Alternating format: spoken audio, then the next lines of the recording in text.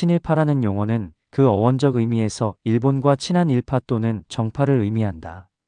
여기서 친이라는 한자는 현대인들이 생각하는 단순한 친구 관계가 아닌 부자유친에서 볼 수 있다. 부모와 자식 간의 도덕적 관계를 함의한다.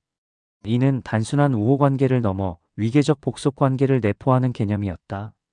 흥미롭게도 친일파라는 용어는 한국인이 아닌 일본인들에 의해 처음 사용되었다. 1884년 갑신정변 당시 일본 외교관들은 이를 친일파와 친청파 간의 권력 투쟁으로 규정했다. 그들은 김옥균 일파를 친일파, 독립파, 개화파로, 조선 정부 내 주류 세력을 친청파, 사대파, 수구파로 구분함으로써 자신들을 조선의 독립과 문명 개화를 위한 협력자로 포장했다. 그러나 한국인들이 오늘날과 같은 의미, 자기 일신과 일족만의 영달을 위하여 일본 침략자들에게 부역하면서 동족을 괴롭히는 자로 친일파라는 용어를 사용하기 시작한 것은 1907년 고종 강제양위와 군대 해산 이후였다. 1907년 8월 미국에서 발간된 공립신보는 친일파를 일본을 의지하여 우리나라를 팔며 일본을 의지하여 우리 황상 폐하를 능욕하며 일본을 의지하여 우리 동포를 학살하는 자로 정의했다. 토외라는 말을 처음 쓰기 시작한 것이 일진회원들 때문에 그렇게 쓰기 시작했어요. 언제요? 일진회원 1909년 8년 요 무렵에 아주 극렬한 일본의 입장에서 한국을 모욕하는 그런 사람들이 있었단 말이에요. 대표적으로 이 사람들이 한 일이 뭐냐면은 안중근 의사가 이토 히로부미를 처단했을 때 이토 히로부미 동상 세우자고 난리를 쳤었거든. 우리가 일본의 위대한 분을 그렇죠. 희생하게 만들었으니 우리 스스로 반성하는 의미에서 우리가 동상을 예. 세워주자. 저 옥인동 입구에다가 기념 비전도 세우고 동상도 세우고 그러겠다고 모금운동을 했었는데 모금운동까지 했어요. 예. 근데 뭐 원래 이런 사람들이 모금을 솔직하게 하질 않아요. 이명박 스타일이지. 자기가 돈이 돼야지 하는데 네. 명분을 안중근 때문에 이토 히로부미를 죽였으니까 속죄하는 길은 그거밖에 없다. 나라를 갖다 바치는 것밖에 없다. 그래서 합방 청원서도 내고 그랬어요. 근데 이런 자들을 이제 그 당시에 토해라고 불렀는데 친일파와 동의어로 사용된 토해라는 표현은 한국 사회에서 해방 이후에도 지속적으로 사용되었다. 1910년 대한매일신보는 토해의 유형을 다음과 같이 분류했다. 이러한 분류는 친일 고위 관료, 친일 언론인과 교육자, 친일단체 회원, 일본군 밀정, 그리고 일본을 배후로 한 범죄자들을 모두 포괄했다. 친일파라는 용어의 토해, 매국노, 민족반역자, 사익지상주의 몰입해라는 의미가 결부되는 문화적 인식은 일제강점기를 넘어 해방 이후까지 지속되었다. 일본의 식민 통치에 협력한 행위를 합리화하는 의식 구조는 다음과 같은 요소로 구성되었다. 한국이 일본의 식민지가 된 이유를 단순히 국력의 열세로 설명하며 약자가 강자에게 굴복하는 것을 자연스러운 현상으로 정당화하는 담론이다. 이러한 의식에서는 침략자와 그 협력자의 불의와 부도덕성에 대한 인식이 결여되어 있다. 현대 한국 사회의 갑질 문화 역시 이러한 의식의 연장선상에 있다고 볼 수 있다.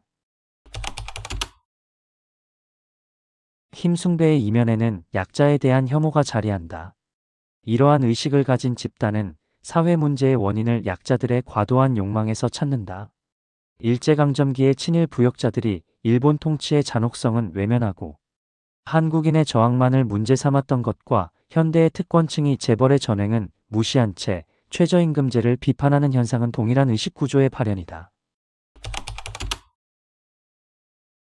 일본의 사상가 후쿠자와 유키치의 타라입구론에서 보듯 일본은 자신의 이익에 따라 아시아 정체성과 서구 정체성을 오가며 선택적으로 활용했다.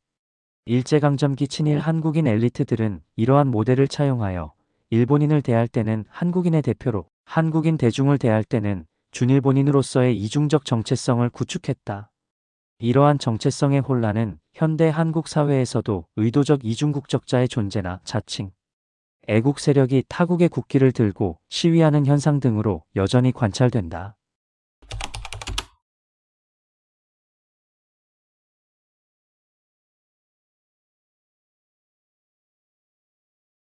그게 이제 토착외부란 말의 어원이에요. 되게 100년 전 얘기네요. 그러면서 같이 쓴 말이 토해를 친일파라고 그랬죠. 우리가 친일파 그러면 요즘 많이들 사람들이 혼동해서 생각을 해요. 친자가 친구의 친만 있는 줄 아니까 일본하고 친하게 지내는 게 뭐가 나쁘냐. 그거 친일이 아니에요. 원래 친일파라는 개념은 이 친자는 친구할 때의 친자가 아니라 어버이 친자예요. 이해가 되시죠? 양친 부모가 그러잖아요. 선친, 엄친, 모친, 부친 이 친자란 말이에요. 친이라는 글자를 그렇게 설명한 사람이 황준센, 교과서는 황준헌으로 나오는지 황준센으로 나오는지 모르겠어요. 조선 책략이라고 해서 조선이 앞으로 나가야 할 방향. 그러면서 친중국, 결일본, 연미국 이렇게 세 가지를 얘기를 해요. 그때 일본과 결은 동맹을 맺으라는 뜻이었어요. 연은 연합해라라는 뜻이었고요. 근데 맨 앞에 친중국이거든. 그럼 동맹이나 연대보다도 연합보다 강한 개념이잖아. 중국을 부모처럼 모시라는 뜻이었단 말이에요. 여기서 친은 숭상하라는 뜻이구나. 모셔라. 어버이로 섬겨라. 모셔라. 예. 그러니까 친일파라고 하는 것은 일본을 어버이로 섬기는 무리라는 뜻이었어요. 그러니까 이제 일본에 의지하여 우리 백성을 죽이고 일본에 의지하여 그러니까 1909년에 나온 글이에요. 우리 황상폐하를 능욕하며 일본에 의지하여 우리 재산을 빼앗고 이거죠. 이런 자들이 생긴 거는 한국인인데 일본을 부모로 모시다 보니까 속마음은 일본인이 돼버린. 그래서 이제 생긴 것은 한인이나 창자는 외인인, 도깨비 같은 자들, 귀신 같은 자들 이런 자들을 친일파라 하고 또 토해라고 불렀던 거예요. 그때 그러니까 이미 그렇게 정의가 됐어요. 그렇죠. 창자가 일본의 창자다. 네, 낯짝은 한국인인데 속마음은 이미 일본인이 되어 있는 자들을 뜻했고 자기 백성 이익보다도 일본의 이익을 앞세우는 사람들이 바로 토해다 라는 거죠. 아주 명쾌한 정의네. 정의가 아주 명쾌해요. 그러니까 일본과 친한 게 아니에요. 자꾸 이제 우리가 친일 그러면은 일본과 친하게 지내는 사람으로 잘못 이해하는데 친구라는 친자를 생각하는데 어버이 친자예요. 일본을 어버이로 모시는 자들이다. 역시 배워야 할 사람은. 이제 친일이라는 개념이 좀 선명해지죠. 그죠? 현대 한국 사회에서 친일파라는 용어가 정치적 비난의 도구로 사용되는 현상은 단순한 역사적 기억의 소환이 아니다. 이는 한국 엘리트 계층이 과거 반민족 행위자들의 의식 구조에서 완전히 탈피하지 못했다는 대중적 인식의 반영이다. 일부에서는 시대가 변화했으니 더 이상 친일을 문제 삼지 말아야 한다고 주장하지만 한국 사회의 지배층이 위에서 언급한 의식 구조임 숭배, 약자 혐오, 정체성 혼란에서 벗어나지 못하는 한 친일파라는 용어는 계속해서 부정적 함의를 지닌 채 사용될 것이다.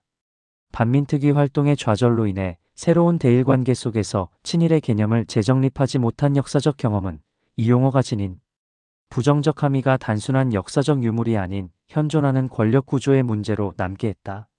따라서 친일파에 대한 담론은 단순한 역사적 평가를 넘어 현대 한국 사회의 권력 구조와 윤리적 가치 체계에 대한 성찰을 요구하는 문제로 존속하고 있다.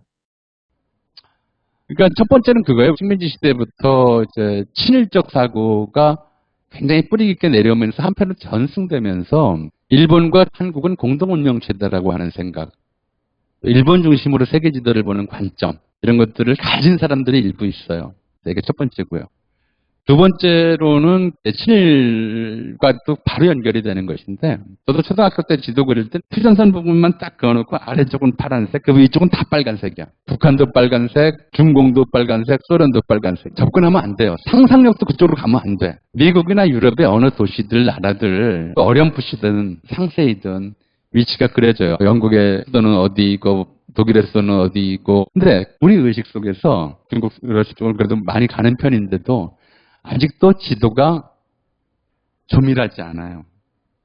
카자흐스탄, 우즈베키스탄 이런 데가 어디 붙어 있는지 몰라요. 하얼빈역과 블라디보스토크 사이가 얼마나 먼지 의식 속에 없어 한국인들은. 철도가 이어지는데 배우질 않고 우리가 일제강점기만도 못해. 그때는 철도가 이어지니까 그게 다 기차 타고 가는 데였거든. 심지어 모스크바나 이런 데 갈 때 어느 역 지나서 가는지를 다 사람들이 알고 있었어.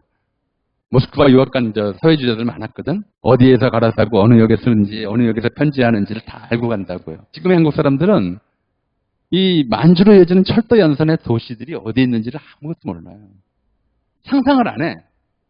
갈 수 없다고 생각하니까요. 가면 안 된다고 생각을 했던 거죠. 오랫동안. 이게 안 되기도 했고. 오랫동안 상상력 자체를 휴전선이 가로막아 왔어요.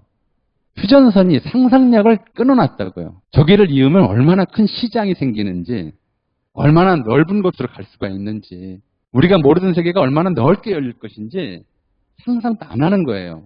남북한 철도 도로 연결식 한다면은 그 정치적 쇼라는 등 북한의 퍼주기라는 등 온갖 소리로 방해를 하고 반대를 하면서 휴전선 이남과 일본을 어떻게 묶어서 하나로 묶으려고 하는 생각에만 집중하는 거예요. 두 가지가 겹쳐 있어요. 하나는 토해의식, 일본 중심으로 세계를 보는 의식, 일본과 조선은 공동운명체라고 하는 그런 의식이 하나 있고, 하나는 철진한 반공의식이죠. 소련도 러시아 공산주의 국가 아니에요. 중국은 자본주의 세계 체제에 편입된 사회주의 국가죠. 우리 무역 거래 규모에서 부동의 1위를 하고 있는 데가 그 말씀 들으니까 일본하고 이으면 일본 하나만 연결되는데 위로 이으면 이 대륙 전체가 다 연결되는데 경제적인 관점에서도 위로 연결하자고 계속 주장해야지. 당연하죠. 그러니까 이현주 씨가 그랬잖아. 한일 해저 터널을 연결하면 5천만 시장이 2억 시장이 된다. 그런데 30억 산 유라시아 대륙은 못 보는 거야. 남북 간에 연결되면 어떻게 되냐면 베를린의 어떤 여행사가 유라시아 철도 여행 관광 상품을 판다고 치자고요. 광고가 나갈 거야. 리스본에서 부산까지. 기차로 갑니다. 근데 해저터널 뚫리면 어떻게 되냐면 리스본에서 도쿄까지가 돼버려요. 당연히죠. 부산은 사라져. 그거를 내가 못 아니 봐. 이걸 부산 사람이 찬성하냐고. 그러니까. 아니 진짜 이해를 못하겠어요. 일본이 우리한테 해달라고 돈 이만큼 싸들고 와가지고. 그래도 안 돼요. 이게 돈으로 할 수 있는 게 그래도 아니에요. 거절할 일을. 당연하죠. 부산 사람이 왜 찬성하는지 저는 납득이 안 돼요. 또 하나 정말 심각한 문제가 있어요. 영불 해저터널은 그 구간도 짧고 그쪽은 지진 안 나요. 지지 않나요? 근데 한일 해저터널 구간은 언제 지진 날지 모르는 곳에 있어요.